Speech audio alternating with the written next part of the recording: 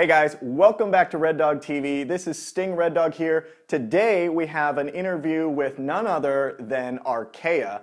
These guys have won the NSL Invitational Cup semifinals, and they will be going to Cologne, Germany on April 12th to fight the North American semifinal champions, NSL. I had an interview with NSL a couple days ago, which I hope you've seen already. They were really cool guys, and now we bring you Archaea.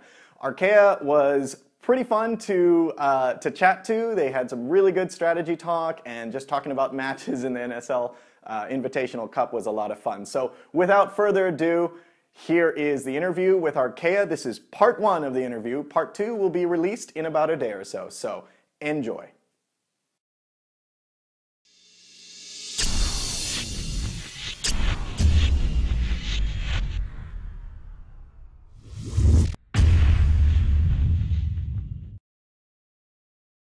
Hello and welcome everyone to REDDOG.TV. This is Sting Red Dog. Accompanying me today is my pal Nietzsche. How you doing, buddy?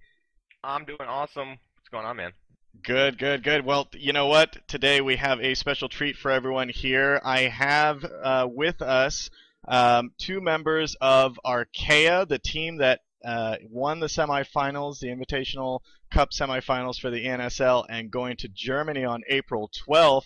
They will be fighting Team NSL, a North American team. I got with us Scram and Carullo. How you guys doing? Hello, Radar. Hello, Nietzsche. Hi, I'm fine. All right, guys. So thanks again for coming here and coming on and doing this interview. What we wanted to go over, just wanted to talk about what happened in the Invitational Cup, just some general gameplay questions that I'm sure people are going to be really interested to know, and then go dig a little bit deeper into the matches of the Invitational Cup. So I wanted to start off and pre-frame you guys. If you guys out there haven't didn't watch the cup or don't know what's going on, Archaea came into the Invitational Cup pounding every team out of the way when they started. So leading up to the semifinals, they had four wins, 2-0 wins against opponents such as All In, Godar, Cocorico, and Duplex. They had two ties. Those were against Mercury and Sonneman.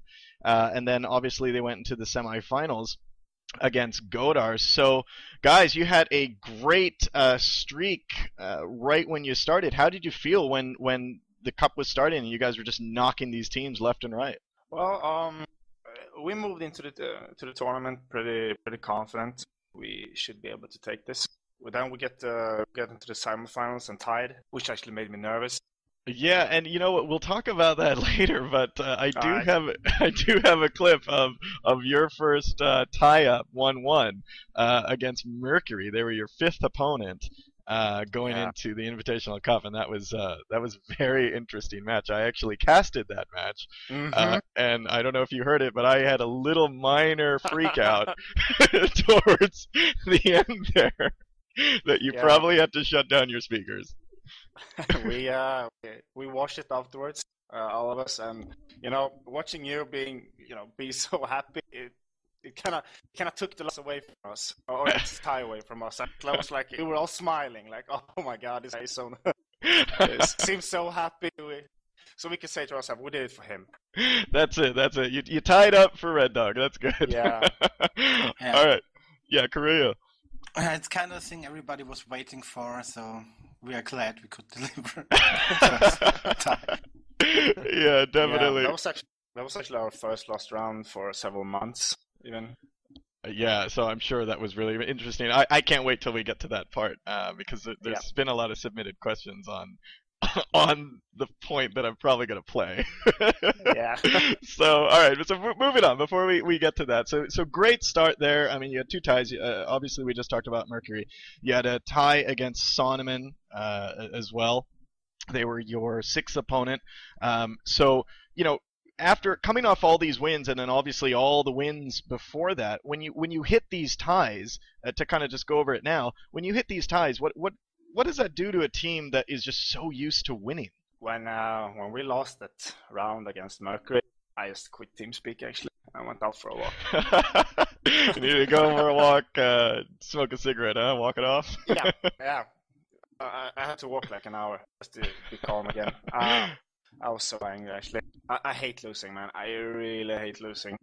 Well, it definitely shows with your guys' gameplay and how good you guys are, and all the wins that you guys have been taking. So we'll save those those great questions for later. But I wanted to kind of move on a little bit away from the Invitational Cup and just kind of go through some general gameplay questions and how you guys think and act, because I think some people just want to know, like, who is Archaea? How are they so good? So here's a question just to start off here, and I know you guys were like, oh no, but you know, I don't know which one of you want to take this, but Correct. how Koroyo, okay, this is going to you. So how is Archaea so good? Experience, practice, luck. I don't know. It's hard to say. You guys could just say, you know what, because we're just good. That's it. End of story. Good. We had good hit rate. That's why. Yeah. It's all about the hit rate. So I mean, you bring up practice. What is your general practice structure? I mean, do you have a schedule of practice every week, or is it something more organic? Or are you just playing as often as you can together?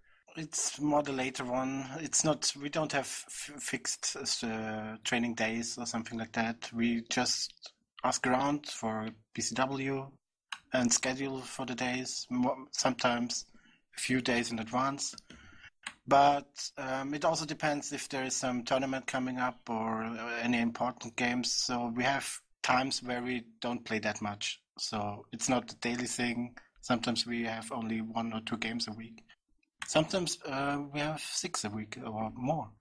So it really depends. Do you guys prefer to practice against each other? If you have the opportunity to play against each other and sort of go through the training regimen of giving each other feedback, or do you prefer playing as a team against other teams? We do both. We usually play some combat to warm up and practice when something's not right or whatever, like fates. And yeah, and after that we go to playing other clans teams. Does it matter? Well, I almost want to say, like, do you always want to practice against the best of the best, or do you does that really matter to you guys, or is it just getting playtime in? It does matter. So we try to practice more against the teams that we feel are more Second best. Second best. So tell me, who's your favorite team to scrim against? Either because they're really cool guys, or because they present the best challenge for you guys. I like the challenge. Yeah. We like to play different teams, even though it's been Mercury a lot lately. Because Mercury, yeah, but Mercury is cool guys actually. That's why we play them. And I just have a question here, just because obviously you guys hate losing. Do you guys lose in practice? No, we never No. lose. No. All right, so moving on to the next question here, talking a little bit about strategy, guys. So usually in the game we see upgrades really fast from you guys. I mean, I think it's the fastest I've seen upgrades go up, and we see you guys going armor 1 really early in the game. Does that ever change, or is that just a standard strategy? Why choose going armor 1 first over weapons 1? The idea is pretty easy. I want staying power. I want them to be able to stack up some KD. It's very important. And the reason why we go A1 first is because better teams will always use Parakill, so the Parasite, and there's only 2 hits. And I want to neutralize that. And the reason in general, yeah, as I said, why we want to upgrade is because when a Marine die, it takes 7 or 8, 9 seconds to respawn. It takes like even 10 seconds again to get out on the map. So, I mean, obviously, being alive out on the field is important. And I feel that's why I prefer upgrades before anything else. I usually go upgrades before mines, before observatory, before shotgun. Just straight out the bat. I build 1 armor and then I go for the arm slab and I start the upgrades. Because having marines on the field, that's the most valuable resource I actually have. Because much more valuable than anything else. Do you have a dedicated commander for both sides, or as many teams do you switch commanders based on whether you're playing aliens or Marines? I didn't know other teams did that, but I command everything. Cool, very cool. And how much of the communication and direction that your team gets during a match, how much of that is coming directly from the commander? Do you ever actually have arguments on the field in mid game or over talk, or is it pretty much what Graham says goes? Sometimes we do have arguments, but it's more an evaluation, so it always counts what Scram says. So we can give suggestions, but what Scram decides is executed. And Scram, are you focusing, how much are you focusing on individual player movements and getting, people into the right place and making sure everyone knows exactly where they're going, and how much are you relying on your players to just kind of know what they're supposed to do? I will separate here from aliens and marines. As marines, I'm usually a little bit more active than on aliens. But as marines, it depends actually. It varies from day to day. But if I feel they're moving wrong, I of course have to correct them. But usually I try to like set up. So okay, you two go there, you two go there. Basically, that's it. So one of the things I love about you guys and watching you guys play is you guys are really good at reading what your opponents are doing and reading where they're going to go. I mean, just even early in the game, I have a few casts where I've called that out. And how much is that from just intuition of just playing so much, or information that you get, Scram, as the commander, or just information that people on the field get and give you, and how are you guys so good at reading that? Probably practice.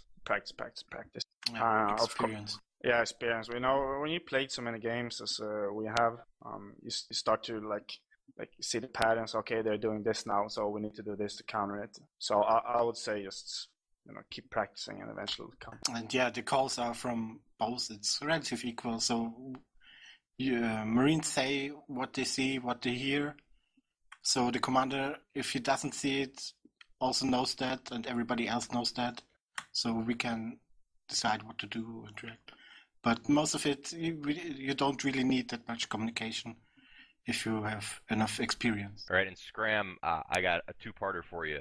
Yep. If you had to give one piece of advice to new commanders who are just starting out, and then again one piece of advice for veteran commanders who may be making a particular mistake, what would be your one piece of advice for each?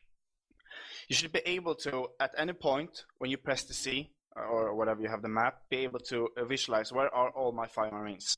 If you can't do that, you need to start practicing that, because you need to be. You need to have perfect, or at least I believe that's a very important trait. You need to be able to know where all your 5 Marines are on the field.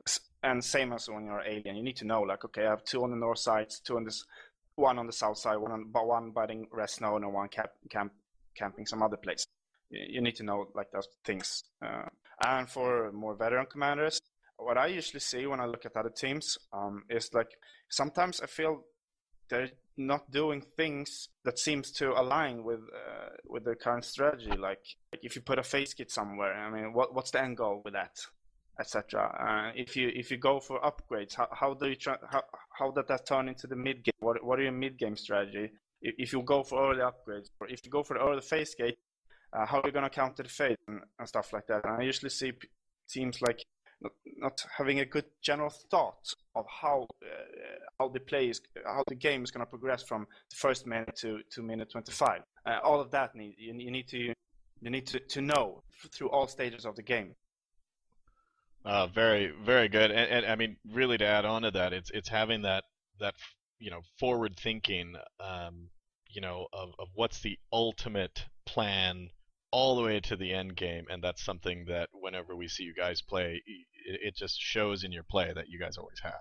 Yeah, I also think that if you like set up goals like okay, we put this phase kit here, and the mission with this phase kit is to make sure those 2 rest nodes are denied. Just take that for instance. If you set up those goals, it's easier to evaluate afterwards. Like, okay, we set up the phase kit here, and we try to push them resonance down, but we fail. And then you have a basis to start analyzing from. Okay, so all right, so is just the strategy bad, or did we fail because because something happened earlier in the game, or did we just fail because you Marines can't aim? Or you have something to evaluate and a basis for discussion. If you just play randomly, it's very difficult to understand and pinpoint why and when things went wrong. Karuya, I wanted to ask you, this next question. So, in regards to teamwork, on the field, like how important is it to know exactly how your fellow teammate plays? Especially going into these hugely competitive matches and these big matches with other great teams. How important is that synergy to have with your fellow teammate on the field? Yeah, it's very important. You don't have the time to speak and say like, yeah, now you go there and engage there. It just needs to flow naturally. So you need the practice and experience with each other, that everything works automatically, so everybody takes the right opportunity at the right time and engages correctly. Are you guys at the point where, I mean, like you said, you guys don't have time to talk or whatever. You guys are at the point already where you walk into a room with a fellow Marine and you just see his name, and you know exactly who's covering where, what points, all that stuff. It's not always like that. I mean, sometimes you do, of course, you call, yeah, now there's, I don't know, 2 Marines coming to this extractor. We need to send guys there. And if we're going to attack, everybody needs to know how he does it, how it's going to happen. So you don't have time to micromanage everybody. So it needs to go automatically. Do you guys have certain strategies for each map? Opening strategies and areas of the map that you really like to control on each map, or are you reading your enemy's movements more when it comes to placement on the map? Ooh, tough one. I would say it's a mixture of both, because you can't just go into a game and think like, okay, we're gonna do this, and no matter what they're gonna do, we're gonna do it anyways. But you of course need to have general ideas and thoughts for everything that can happen during the game. Yeah, for instance, you obviously need a completely different strategy for Veil than for Summit, for instance. For me, I play Tram and Summit pretty similarly, and then I play Veil completely different. Hey guys, thanks for watching part 1 of REDDOG.TV's interview with Archaea. If you liked the video, go ahead and click like, leave some comments below, or subscribe to my channel. You guys can also follow me at StingRedDog on Twitter, and also my Twitch channel, which is twitch.tv/sting_RedDog. We're going to be bringing you part 2 of Archaea's interview probably in about a day or so. We also have another team interview that is on the horizon that will get out as well. So thanks again for watching, guys, and stay tuned for part 2 of our interview with Archaea. Take care.